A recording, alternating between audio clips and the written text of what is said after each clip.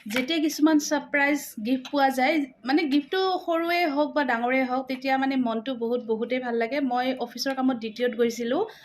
মোৰ অকণমান কিবা ৰেজিষ্ট্ৰেশ্যনৰ কাম এটা আছিলে, কিবা এটা অকণমান প্ৰব্লেম হৈছিলে, সেইটোৰ কাৰণে গৈছিলোঁ। তাত মই মানুহ এজনক ৱেইট কৰি আছিলোঁ বাৰু, মোক ৰ'ব দিলে।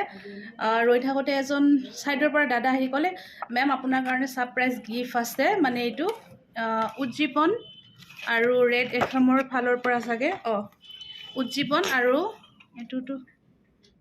উজ্জীৱন আৰু ৰেড এফএমৰ ফালৰ পৰা।